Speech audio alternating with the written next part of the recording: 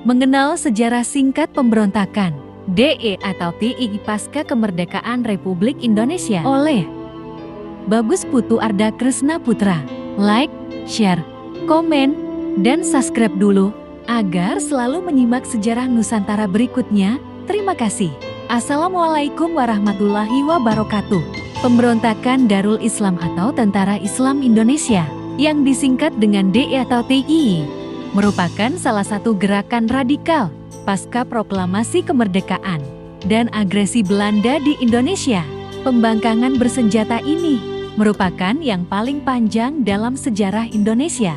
Durasi konflik antara DE atau TII dan pemerintah Republik Indonesia berlangsung selama 13 tahun, mulai tahun 1949 sampai 1962. Bahkan menurut versi orang-orang DE atau TII sendiri, perlawanan itu masih berlangsung hingga tahun ke-1964.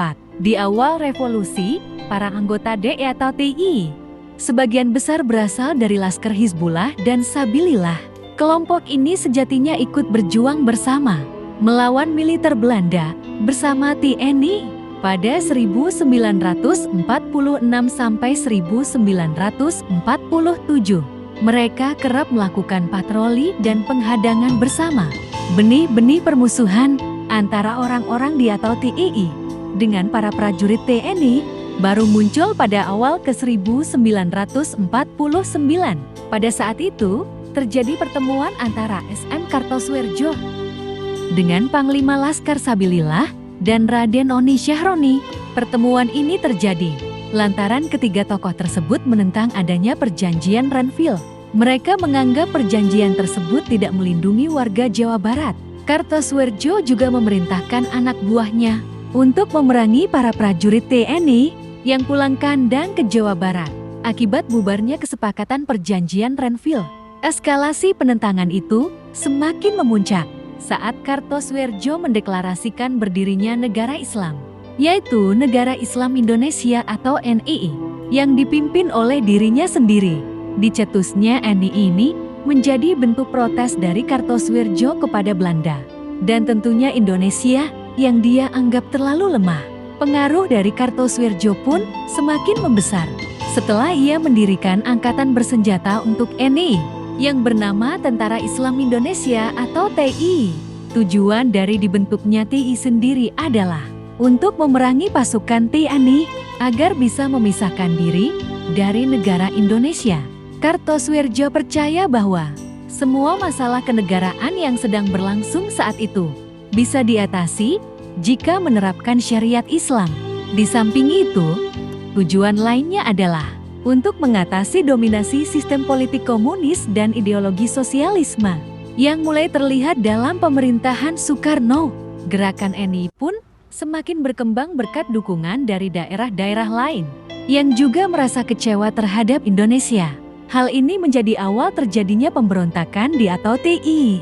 Tidak hanya di Jawa Barat, tetapi juga merambat sampai ke daerah lainnya. Klimaks pemberontakan di Jawa Barat, pemerintah Republik Indonesia mengeluarkan Peraturan Nomor 59 Tahun 1958 yang berisikan tentang penumpasan di atau TII. Salah satunya dengan menerjunkan pasukan Kodam Siliwangi dan menerapkan taktik pagar betis. Taktik pagar betis ini dilakukan dengan menggunakan tenaga rakyat dengan jumlah ratusan ribu orang untuk mengepung tempat persembunyian DE atau TII. Tujuan lain dibentuknya pagar betis yaitu untuk mempersempit ruang gerak DE atau TII. Selain pagar betis, operasi lainnya juga dilakukan oleh Kodam Siliwangi, yakni Operasi Baratayuda. Operasi ini dibentuk untuk menemukan tempat persembunyian sang Imam NII, Kartosuwirjo. Setelah melalui perjalanan panjang untuk mencari Kartosuwirjo, dirinya berhasil dibekuk hidup-hidup oleh Letda Suhanda, pemimpin Kompese, Batalion 328 Kujang II Siliwangi. Tertangkapnya, Kartosuwirjo ini menjadi awal mula meredupnya pemberontakan DE atau TII. Banyak dari mereka yang memutuskan untuk menyerah. Klimaks pemberontakan di Aceh.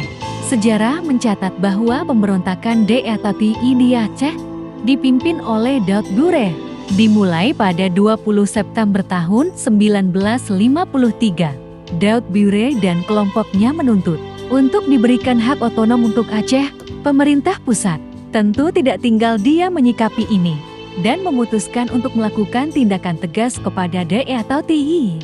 Daud Bureh di Aceh, ada dua jalur yang ditempuh pemerintah pusat, yakni upaya militer dan diplomasi. Operasi militer dilakukan dengan menggelar Operasi 17 Agustus dan Operasi Merdeka. Sedangkan cara diplomasi diterapkan dengan mengirim utusan ke Aceh untuk berdialog dengan kelompok Daud Bureh dalam upaya meredam perang saudara.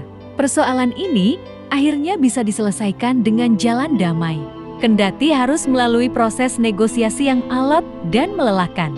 Aceh pun mendapatkan hak otonomi sebagai provinsi yang disebut Daerah Istimewa Aceh dan boleh menerapkan syariat Islam sebagai aturan daerah yang berbeda dengan provinsi-provinsi lain di Indonesia. Pada tanggal 18 sampai 22 Desember tahun 1962, sebuah upacara besar bertajuk Musyawarah Kerukunan Rakyat Aceh atau MKR dihelat di Blang Padang, Aceh sebagai simbol perdamaian. Keterangan foto bendera Negara Islam Indonesia atau NII, bentukan DITI. Demikianlah sejarah Nusantara kali ini, dan nantikan sejarah Nusantara berikutnya. Terima kasih. Wassalamualaikum warahmatullahi wabarakatuh.